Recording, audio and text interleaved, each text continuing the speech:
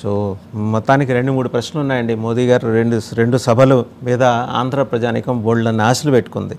రాజధాని అమరావతి గురించి రజనీ గారు చాలా ఓపెన్గా చెప్పారు. రాజధాని అమరావతి గురించి ఇలా ఒక చెంబడి నీళ్లు తట్టెడు మట్టి తీసుకొచ్చి ఇచ్చారు.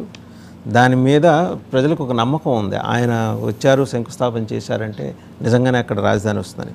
దాని మీద ఉన్న క్లారిటీ ఇస్తారా, లేకపోతే జగన్మోహన్ రెడ్డి మినహా క్యాబినెట్ మాఫియా అని మళ్ళీ మాట్లాడతారా?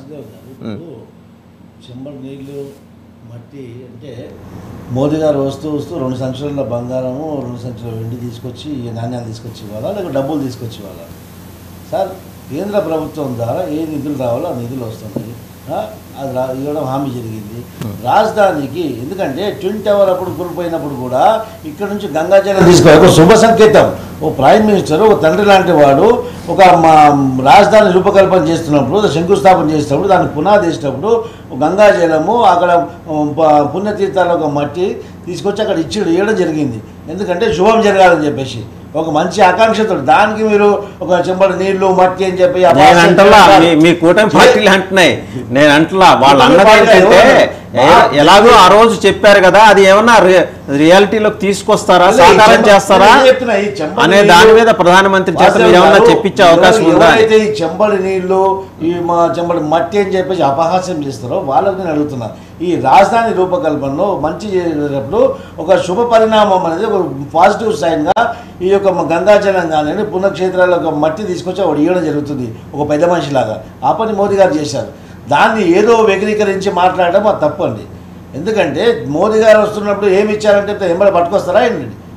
చుట్టం ఇంటికి వచ్చినట్టు పండ్లు తీసుకొచ్చినట్టు అది కాదు కదా. ఇంత మాత్రం రాజకీయాల్లో ఉండి కొంచెం అర్థం చేసుకోవాలా. కేంద్ర ప్రభుత్వం నుంచి అమరావతికి ఏ విధంగా సహకరించారు ఖచ్చితంగా. ఒక భూతోన్న భవిష్యత్తు అన్నట్టు. ఎందుకంటే ఆంధ్రప్రదేశ్ రాష్ట్ర ప్రజలు 2 సార్లు రాజధాని విషయంలో మోసపోయారు. ఒక భవ్యమైనటువంటి రాజధాని రూపకల్పన చేశారు. టైం పడుతుంది. ఒక ఓవర్ నైట్లో రాజధాని నిర్మాణం కాదు. ఒక 3 సంవత్సరాలు 4 సంవత్సరాలు కాదు, ఒక దశాబ్దం పాటు టైం పడుతుంది.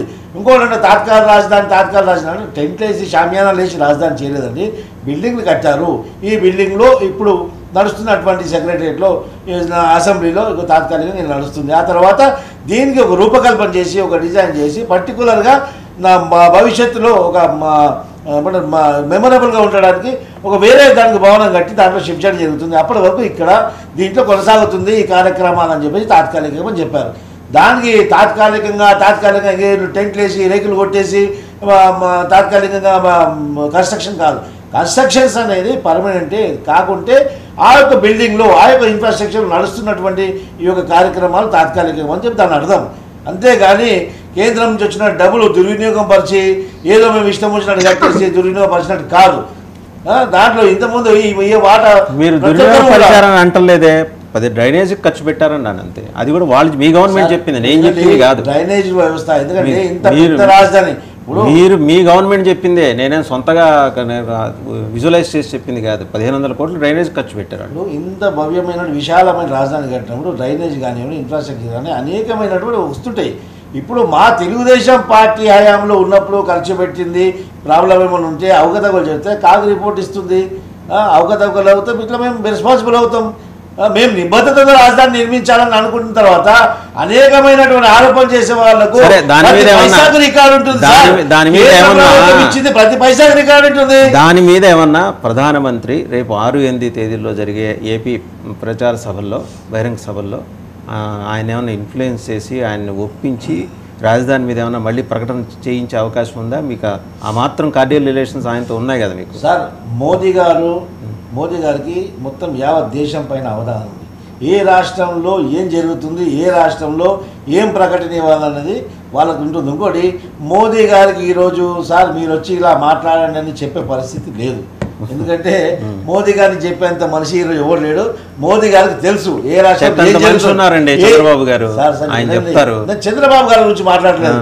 నేను నా పర్సనల్ పర్సెప్షన్ మోదీ గారి గురించి. ఎందుకంటే I'm hard core fan of Modi, Telugu Desam party నాయకుడు ఉన్నప్పటికి కూడా. ఎందుకంటే మోదీ గారు ప్రతి ఒక్క విషయాన్ని క్షుణ్ణంగా పరిశీలిస్తారు. మొన్న 5 టీవీ9 రిపోర్టర్స్ను వాళ్ళకి పర్సనల్ ఇంటర్వ్యూ చేసినప్పుడు ప్రతి ఒక్కరికి వాళ్ళు మాట్లాడింది, వాళ్ళు ఏ విధంగా మీకంటే కూడా తీవ్రంగా స్పందించే ప్రశ్నలు వేశారు మోదీ గారి పైన. కానీ వారు ఇచ్చినటువంటి జవాబు రియల్లీ ఇది హ్యాట్స్ ఆఫ్. ఎందుకంటే మోదీ గారికి ప్రతి రాష్ట్రం పైన క్షుణ్ణంగా వారికి ఉన్నటువంటి ఇన్ఫర్మేషన్ ఉంది. వారికి సార్ మీరు వచ్చి ఇది చెప్పండి సార్ ఇది జరుగుతుందని చెప్పే పరిస్థితి లేదు. మొత్తం అవేర్నెస్ వారికి ఉంది. వారు ఏం ప్రకటన ఇవ్వాలో వారు ఇస్తారు. ఆ తర్వాత ఏమన్నా మనకుంటే సార్ ఇలా ఇది ఉన్నది మనం ప్రజెంటేషన్ చేసుకోవచ్చు. తెలుగుదేశం ఇవాళ డిమాండ్ చేసే పరిస్థితులు లేదు. తెలుగుదేశం కాదు, ఎవరు ఏ దేశమైనా ప్రశ్నించే పరిస్థితులు లేదు మోదీ గారికి. తెలుగుదేశం కాదు, ఏ దేశం కూడా మోదీ గారిని ప్రశ్నించే పరిస్థితులు లేదు. మోదీ గారు ఆ ఛాన్స్ ఎవరికి ఇవ్వట్లేదు కూడా. ఇది మీరు చూడండి, మోదీ గారు వచ్చి తర్వాత మీకు క్లారిటీ వస్తుంది. ఆంధ్రప్రదేశ్ రాష్ట్ర ప్రజలు ఏ విషయంలో క్లారిటీ కోరుకుంటున్నారు అనేది మోదీ గారికి తెలుసు. ఆ విషయాన్ని వాళ్ళు క్లారిటీ ఇస్తారని చెప్పేసి మనం ఆశిస్తాం. పాదయాత్ర వెంకటేశ్వర రెడ్డి